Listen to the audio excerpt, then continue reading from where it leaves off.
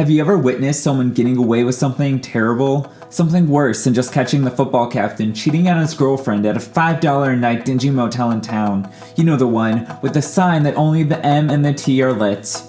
This is about seeing something so bad that someone would go out of their way to shut you up for being a witness. What is worse is when not a single person believes you, not even your parents or the police, because of who committed it. It was a moment in my life that made me understand what fear was. And not just the definition, but the feeling. I was not sure what was worse, knowing what terrible deed had been done and not saying anything, only to allow the victim to live in her own nightmare, or facing the 50-50 chance of being okay after speaking up. After all, small towns have the darkest secrets. Chapter 1. It started with a football.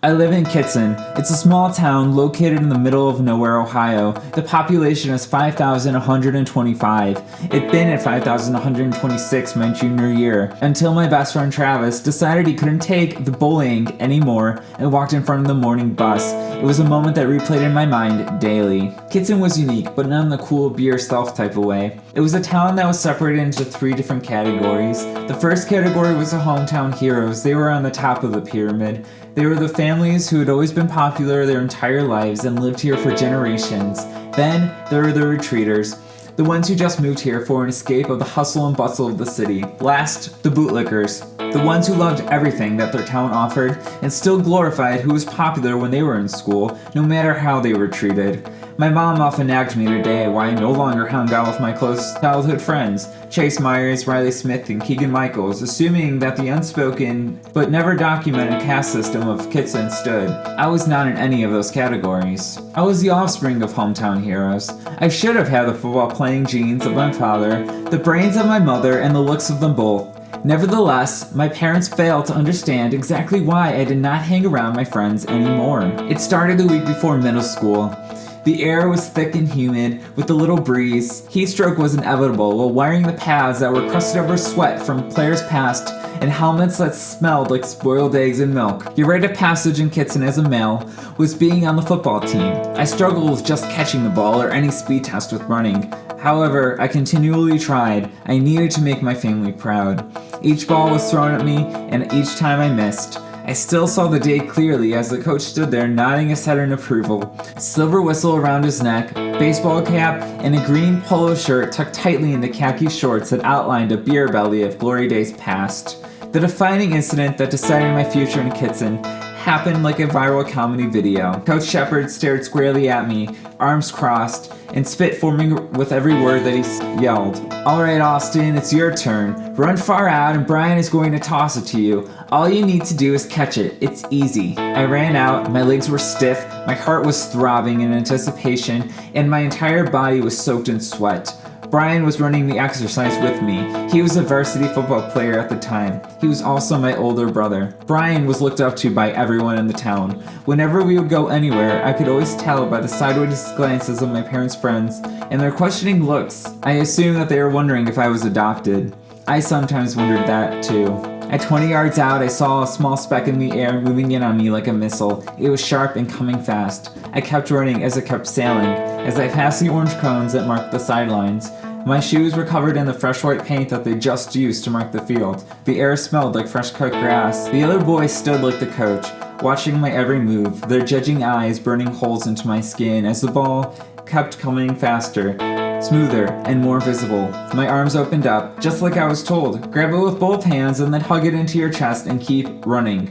I repeated the form in my head. How could I mess this up, I thought. The ball even closer now. I reached up, feeling the brown leather and plastic strings graze my hands, and then it slipped. I didn't grab it. I wasn't even close. And then it felt like a punch in the stomach. The ball nailed me just underneath the padding that kept my chest protected. I gasped for air as the bile and burning feeling rose in my throat. I was trying to hold it back, but failed. I vomited everywhere. I could hear the ooze from the others as I fell to the ground. I laid in the grass for a while, not moving, examining the blue sky and cloudless day and seeing spots in my eyes from the sun. Riley ran over. "Are you okay?" letting out a small laugh, his small sloped nose and green eyes staring at me through his helmet. Yeah, I think I am at least. You got hit pretty hard." He reached out a hand and pulled me up to my feet. Thanks, I mumbled. We started walking back to the rest of the team. No problem. Chase and I can help you out. Just imagine how awesome it'll be when we start the Panthers in middle school. And then after that, we'll be on the football team in high school together. Riley was always earnest and positive. Even today, out of everyone, he at least sometimes would acknowledge me. He even gave me a few rides in the winter when my car failed to work.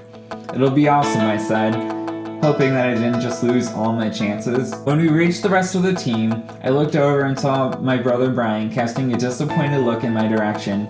He stood at 6'4", an all-American boy with blonde hair, blue eyes, built upper body, and a square jaw. The boys wanted to be him, and the girls wanted to be with him. Chapter 2.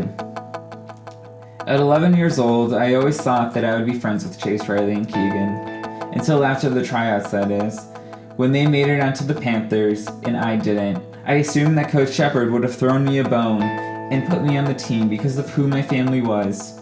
That was hardly what happened. However, we made promises that we would still spend Saturday afternoons at our favorite ice cream place, Chill, or have sleepovers and stay up watching R-rated movies with our parents not knowing. Everything remained the same, at least for a few weeks. Before I knew it, I was becoming a fourth leg on the tripod. They grew closer and I fell out.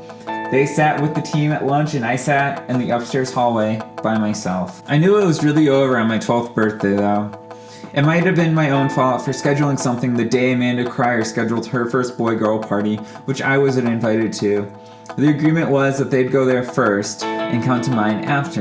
We'd have a sleepover, eat junk food all night, and watch R-rated movies. The untouched round cake and 2 pizzas stayed on the table. A few balloons floated aimlessly in the air, and at 8:30 at night, my mom looked at me, feigning a smile. "Oh, I'm sure they're coming." "Yeah," I responded, my hope dwindling. "Why didn't you go to Amanda's party?" my dad asked me, staring over a newspaper, as if trying to remind me that I wasn't invited. "I wasn't invited," I said. The word stung like a hornet stinger stuck into the side of my arm. "I'm sure you were invited. You probably lost your invitation. Do you want me to call Amanda's mom? I'm sure you can still go," my mom said in a sing-song voice, pressing through her BlackBerry. "I wasn't invited. I don't want to go. Like you said, they'll be here." The truth was, the only thing worse than not being invited to something was your mom having to call and ask for you to be invited. Just to be rejected all over again. Somehow not being invited also became my fault. Like I'd chosen to lose an invitation or choose to be bad at football. Even my own brother couldn't be bothered to be at my pathetic excuse of a birthday party. He probably didn't even remember. Like everything else, I fell into the background. Even with my family, when he was around, I was just a fly that sometimes buzzed around and then got swatted away. After another hour, they never showed. The cake's frosting melted under the lights and the cheese on the pizza became hard from sitting out too long. My mom just stared at me without saying a word, trying not to frown. My dad was still consumed in his newspaper. "Happy birthday to me." Quickly, my mom reacted, grabbing a small box wrapped in blue paper with a card taped onto it. My name was written on top. "Bill, come over here so we can give Austin his present." My dad stood up from his chair and let out a sigh of annoyance. His knee cracked from a football injury as he walked over to the table. "All right, open it," my mom said in such a high-pitched, excited voice.